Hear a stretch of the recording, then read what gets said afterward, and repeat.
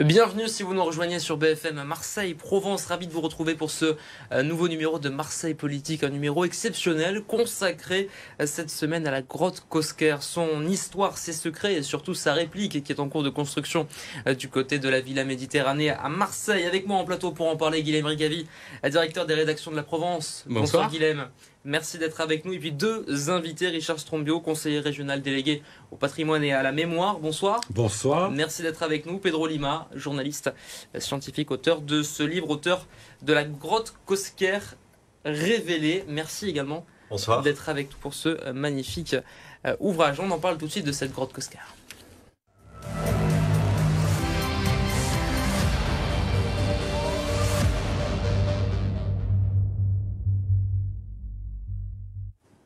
Alors la grotte Cosquer, on peut déjà commencer par raconter sa découverte. Pedro Lima, une découverte exceptionnelle.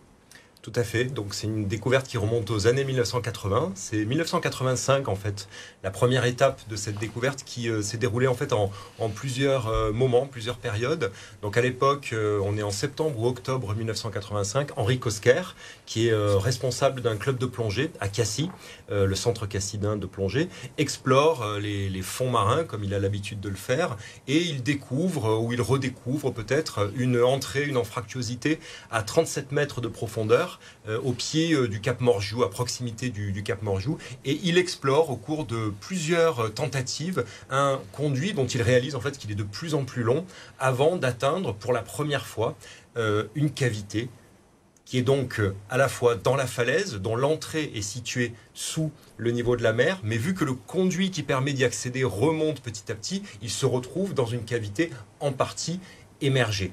Et il faut encore attendre plusieurs années après quelques visites seules ou à plusieurs, pour que durant l'été 1991, en juillet 1991, Henri Cosquer, accompagné cette fois-ci de quelques amis, collègues et membres de sa famille, découvre cette fois-ci pour la première fois les peintures, en particulier une main rouge qu'on appelle la main de la découverte. Et là, on est en juillet 1991.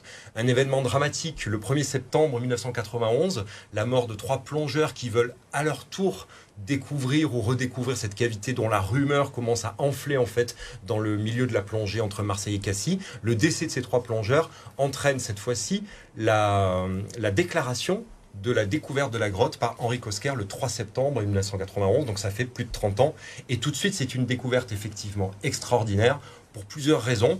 C'est la première fois qu'on découvre une grotte ornée de peintures préhistoriques, parce que tout de suite, le caractère préhistorique de ces œuvres ne fait guère de doute, dont l'entrée est située sous le niveau de la mer. Par ailleurs, c'est la première fois qu'on découvre une grotte ornée dans l'absolu, dans cette région du quart sud-est de la France, à l'est du Rhône en particulier, parce que les grottes préhistoriques sont plutôt généralement du côté du sud-ouest ou de l'Espagne.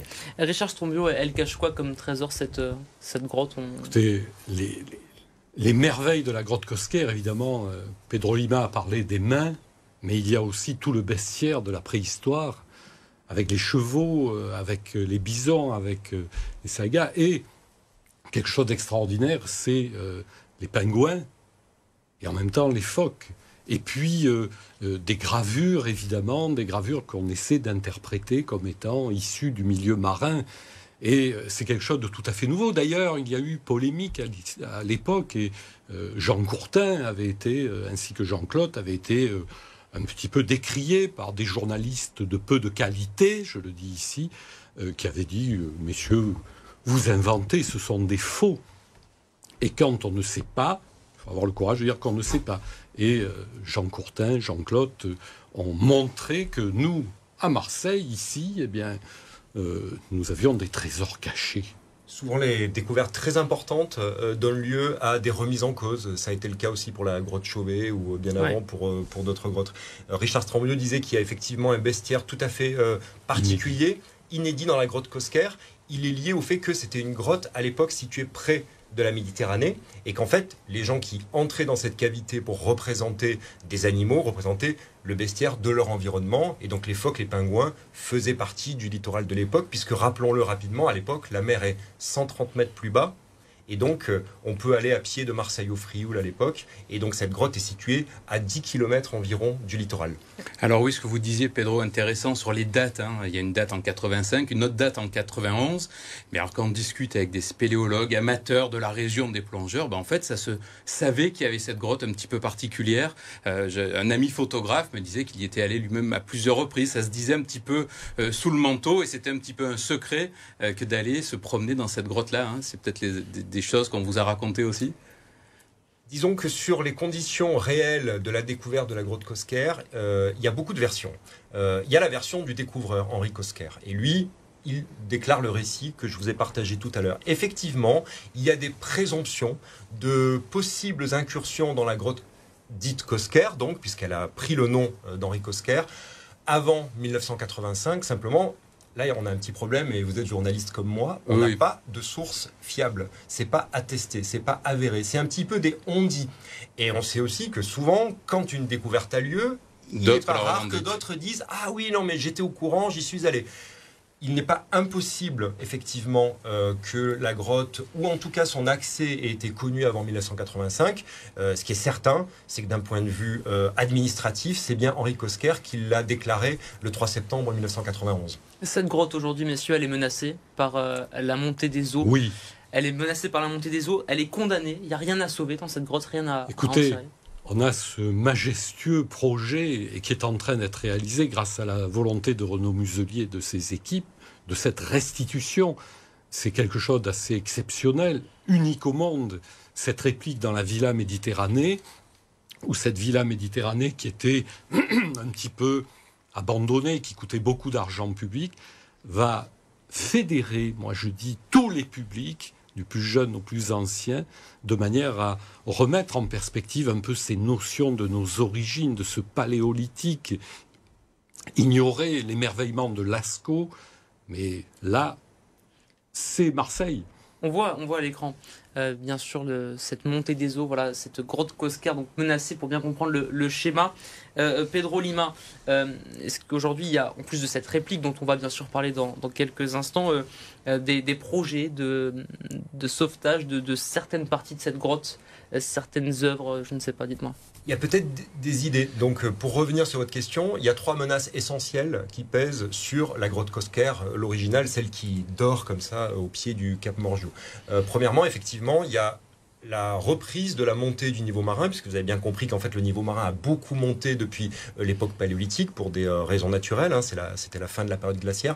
Actuellement, cette reprise du niveau marin a repris et certaines peintures, un grand nombre d'entre elles, sont effectivement dans une frange d'1 mètre à peu près au-dessus du niveau de la mer. Donc cette montée du niveau marin peut effectivement conduire et justement, pardon de vous interrompre, on voit justement sur cette carte la submersion de certaines peintures. Si le niveau de l'eau monte, voilà ce que ça donnerait, une partie du littoral, y compris la grotte Cosquer, qui serait donc touchée, menacée par cette montée des eaux. Je vous ai interrompu. Tout à fait.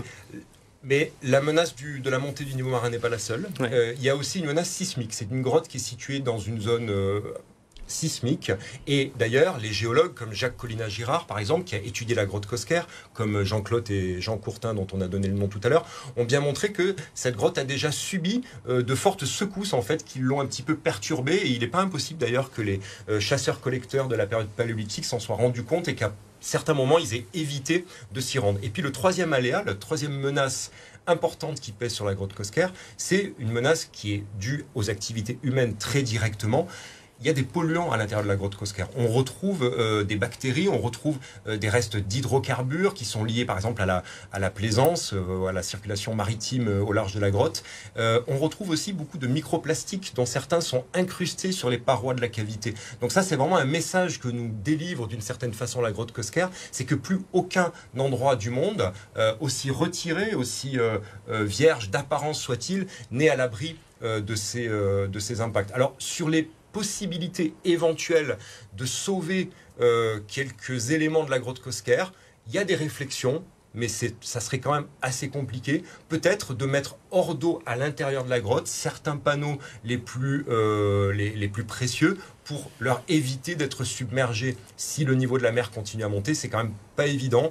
Il y a un autre Une autre chose importante qu'il faut souligner, c'est que la pression atmosphérique à l'intérieur de la grotte est supérieure à celle de l'air extérieur. Et donc le niveau de l'eau dans la grotte est plus bas que le niveau de la Méditerranée. Donc un des enjeux, c'est de mieux comprendre ce phénomène pour éviter que la remontée du niveau marin, associée à la perte de cette surpression de l'air à l'intérieur de la grotte, cette fois-ci submerge complètement les œuvres. Oui. On parlait tout à l'heure, pardonnez-moi Guilhem, de cette supposition, du moins ces doutes entre découverte et annonce en fait de la découverte. Il y a aussi un autre secret de la grotte Cosquer, une seconde entrée.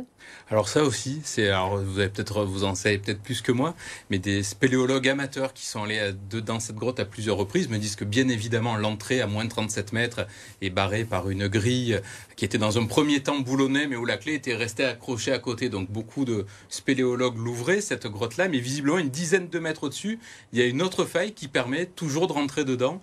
C'est en tout cas ce qui se dit dans le milieu de la plongée du côté de Marseille, de Cassis ou de La Ciotat. Moi, là, je me permets de vous renvoyer vers les spécialistes qui sont les scientifiques, les plongeurs qui sont mandatés par la DRAC et le ministère de la Culture, puisque vous savez que la grotte appartient à l'État, pour qu'ils vous le disent. Ce que je peux vous dire, c'est que c'est des endroits qui sont d'abord interdits, dangereux. Rappelons quand même qu'il y a eu 3 décès en 1991. L'accès se fait à moins 37 mètres. Et je vous rappelle aussi qu'il y a un arrêté de la préfecture maritime de 2013 qui interdit strictement toute plongée et tout mouillage d'embarcation dans une zone assez large, à 500 mètres autour du Cap Morgiou. Mais là-dessus, donc, je laisserai plutôt répondre les spécialistes, les scientifiques. Richard Strombio, on a une idée de la date de la disparition de cette grotte à partir du moment où elle sera complètement submergée, du moins non, mais en tout cas, il y a urgence. Et en plus, urgence est sur le sol archéologique, puisqu'il y a encore peut-être des traces de l'époque. Et nos scientifiques doivent investiguer ce sol avant qu'il ne soit submergé. Après, tout dépend de la vitesse à laquelle se fera le réchauffement ou autre événement comme ça. Mais c'est vraiment un problème, ça montre l'urgence climatique, non seulement pour la grotte, mais à travers ce magnifique symbole, il y a notre planète. L'enjeu, c'est l'humanité. Et c'est bien l'humanité qui se retrouve là, dans cet espace, qui nous met en relation près de 33 000 ans, ce qui est quelque chose d'énorme pour nous. Mais au niveau géologique, vous savez très bien que c'est un peu réducteur. On va parler de la réplique dans quelques instants, messieurs, après ce point historique. Ariane Polaert nous accompagne ce soir, puisqu'un nouveau panneau vient d'être dévoilé du côté de la Villa Méditerranée il y a quelques jours. Un panneau très identifiable avec des représentations de chevaux, Ariane. 6 chevaux ont été reproduits ici au charbon de bois sur ce panneau. C'est un des plus grands ici et l'un des plus complexes avec plusieurs techniques de peinture et de gravure. Ces représentations de chevaux disent des choses sur nos ancêtres de la préhistoire et sur leurs croyances. Écoutez Jacques Collina-Girard, chercheur associé. Voir des chevaux, ça donne une ouverture sur l'environnement proche. Parce que les chevaux sont des animaux qui il faut pas mal d'espace pour galoper, des troupeaux de chevaux. Donc ça renvoie au plateau continental actuel qui est submergé, mais qui à l'époque était émergé. C'est un peu normal, donc il se réfère constamment à ces animaux qu'il côtoyait tous les jours et qui peut-être étaient aussi considérés comme plus ou moins des créatures mythologiques aussi, certainement.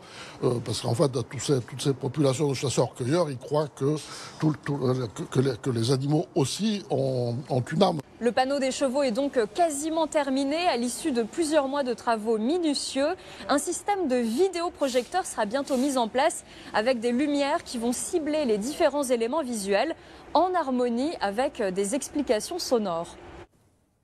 Il y a donc cette réplique, Richard Strombio, qui va ouvrir, si tout se passe bien, le 4 juin à la Villa Méditerranée. Où sont les travaux? Ils sont à l'heure? Ils sont parfaitement à l'heure et on est vraiment très impatients. Vous voyez, on a envie que le temps passe un petit peu plus vite pour se retrouver dans cet espace absolument somptueux. Ils ont coûté combien ces travaux d'ailleurs? Le coût, le délégataire vous le dira bien mieux que moi, mais c'est de l'ordre d'un peu plus de 23 millions d'euros. Gros investissement. Bon, c'est bien moins cher en tout cas que le coût de cette Villa Méditerranée qui accueille... qui accueille cette réplique, qui avait été une volonté du président Michel Vauzel de la région, Dès 1998, il en avait rêvé, il en avait fait un de ses grands projets. Et effectivement, il manquait un petit peu de sens à cette villa qui n'avait pas véritablement de vocation. Elle avait été inaugurée en 2013. Là, enfin, on lui donne un certain sens. Oui, on lui donne un sens fédérateur. À notre époque, on a besoin de beauté, on a besoin de se rassembler autour de projets porteurs, je le disais, intergénérationnels, scientifiques, avec tout ce qui va être mis autour de cette réplique, de cette restitution, où on va voir un centre d'interprétation archéologique, où on va pouvoir voir, toucher du doigt, je dirais, quel était le climat, quelle était la faune à cette époque, pour faire vraiment le miroir de cette lointaine époque, de nos lointains ancêtres, avec notre présent. Et il y a quelque chose de touchant là. Et en plus, techniquement, quand on voit Lascaux, quand on voit Chauvet, les répliques, on a fait, en fonction de la grotte, là on a fait rentrer la grotte Cosquer dans un bâtiment existant.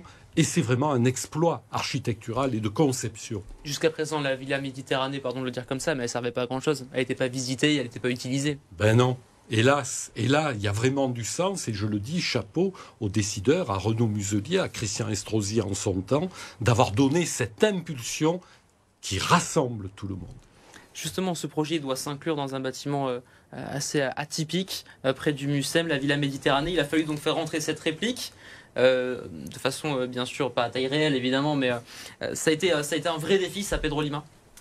Oui, et là, il faut tout de suite parler de ce qui a permis de réussir ce pari, puisqu'on a visité encore mardi la révélation du panneau des chevaux, et donc c'est vrai que tout ça est vraiment en très bonne voie, et je pense que le résultat va être à la hauteur. C'est le relevé 3D qui a été réalisé à l'intérieur de la grotte originale, bien sûr, la vraie grotte Cosquer, mandatée sur commande de l'État, puisque c'est le ministère de la Culture qui appartient à la grotte qui a financé ce relevé 3D, et c'est grâce à ce relevé tridimensionnel très précis de l'ordre du millimètre et voire même inframillimétrique sur les zones ornées, réalisé dans des conditions très complexes, très dures, physiquement aussi, par Bertrand Chazali, Luc Vanrel et Michel Olive à l'intérieur de la grotte Cosquer, que les équipes qui réalisent la réplique dans la Villa Méditerranée ont pu tout simplement, dans un premier temps, reproduire les volumes très complexes de la grotte. Alors, pas toute la grotte, bien sûr, c'est ce qu'on appelle une anamorphose.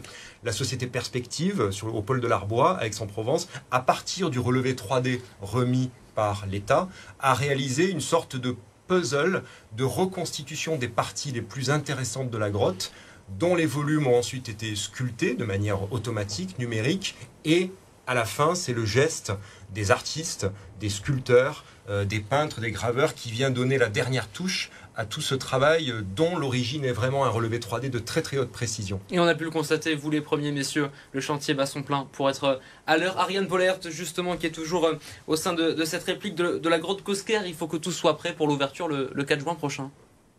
Chaque jour, ce sont près d'une cinquantaine de professionnels qui s'activent ici.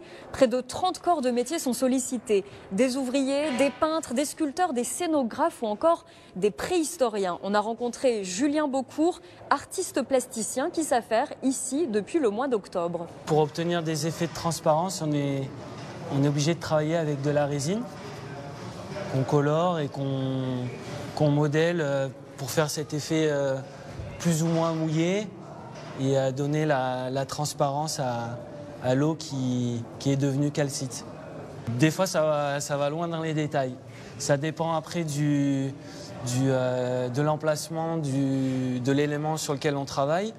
Celui qui va être plus proche du public, on va essayer d'être très précis. C'est un travail qui est relativement long, qui prend plus de temps que la sculpture des spélothèmes en béton. Mais pour l'instant, on tient la cadence. Et à partir du 4 juin, si tout se passe bien, le public déambulera sur un parcours de 200 mètres après 2 ans et demi de travaux. Oui, moi je reviens, Pedro Lima, sur la prouesse technologique, parce qu'on parle de dessins qui ont plus de 30 000 ans, et en même temps on parle de technologie très actuelle, une numérisation au dixième de millimètre près dans certains cas. Ça a été une prouesse, le chantier a duré longtemps, on le sait, vous le disiez, ça a été éprouvant parce que les plongeurs passaient quelques heures sous terre avant de remonter, et ça tous les jours. Mais déjà en 1994, il y avait déjà eu un précédent de numérisation, de modélisation de cette grotte. Oui, tout à fait. On peut dire qu'en 1994, la grotte Cosquer a été à jamais la première grotte ornée à bénéficier d'un relevé numérique. À l'époque, c'est la ville de Marseille qui avait commandé à EDF la réalisation dans la grotte Cosquer, dans des conditions extrêmement complexes, d'un premier relevé avec des scanners, donc qui permettait de enregistrer les volumes de la grotte. Ça s'était fait dans des conditions un petit peu dantesques, parce que le matériel à l'époque... Et pas avec le même matériel ? Avec un matériel de bien moindre précision, mais aussi ce qui s'est passé entre-temps, c'est qu'il y a eu une miniaturisation du matériel. C'est-à-dire que quand Bertrand Chazali, avec ses collègues, rentrent aujourd'hui dans la grotte Cosquer, ils ont des appareils de très très grande puissance, mais qui sont tout petits. À l'époque, c'était un petit peu le contraire, et pour les faire rentrer dans la grotte Cosquer par le long boyau de 120 mètres, avec une alimentation électrique qui venait d'un bateau, l'Archéonaute, qui mouillait au large du Cap Morgiou, on imagine un petit peu ce qui a pu, ce que ça a représenté, mais c'était vraiment à l'époque très novateur, et c'était une première, et c'était d'ailleurs pour faire un premier projet de réplique qui, lui, n'a jamais vu le jour. Et donc maintenant, finalement, il a fallu attendre 30 ans pour qu'elle arrive. Et c'est une bien bonne chose. Alors justement, on parlait de technologie. Richard, vous nous disiez tout à l'heure qu'il y a aussi une véritable révolution entre ceux qui ont fait les répliques des grottes de Lascaux, par exemple, ou de Chauvet. Oui. Et aujourd'hui, on n'est pas du tout dans les mêmes pratiques. Il n'y avait pas d'imprimante 3D. Tout à fait. J'ai eu la chance de connaître Monique Pétral, qui a fait la première réplique de Lascaux dans les débuts des années 80, qui avait travaillé avec l'Institut géographique national pour tous les reliefs, mais on passe d'un paléolithique à une époque moderne, là aussi. Monique Pétral, cette grande artiste, vous voyez, elle a disparu il y a 2 ans, elle habitait moi je l'ai connue sur la Corniche à Marseille, mais d'avoir sa vision entre les technologies présente et celle de son époque, en seulement 30 ans d'évolution, c'est très touchant, et elle a passé des mois dans le Lascaux original, et puis à faire sa réplique qui a influencé, parce que c'était une grande artiste. J'ai eu la chance de l'exposer à Draguignan et d'avoir un regard croisé avec Denis Vialou, avec Jean Courtin qui était venu nous parler des grottes et de cette expression universelle de l'art pariétal, je vais parler comme ça, mais c'est très touchant de voir cette évolution et de cette restitution absolument magnifique. Il nous reste très peu de temps, messieurs. On va maintenant s'intéresser bien sûr à l'attractivité touristique espérée par la région grâce à ce lieu. Justement, le président de la région, Renaud Muselier, est avec Ariane Pollert. Renaud Muselier, bonjour. Est-ce qu'on peut faire un point sur le coût de ce projet monumental ? Le coût, il n'est pas énorme en fait, parce que la réalité c'est que la Villa Méditerranée, ça représentait 75 millions d'euros à la construction et 800 000 euros par an de dépenses. Et donc il y avait un coût faramineux pour l'argent public et pour la région d'un entretien d'un bâtiment qui ne servait à rien. Et donc là on est rentré dans une autre démarche. On met à disposition entre 500 et 800 000 personnes par an pour mettre à disposition ce site qui est quand même exceptionnel. C'est une première mondiale quand même. C'est pas tellement une question d'argent d'ailleurs.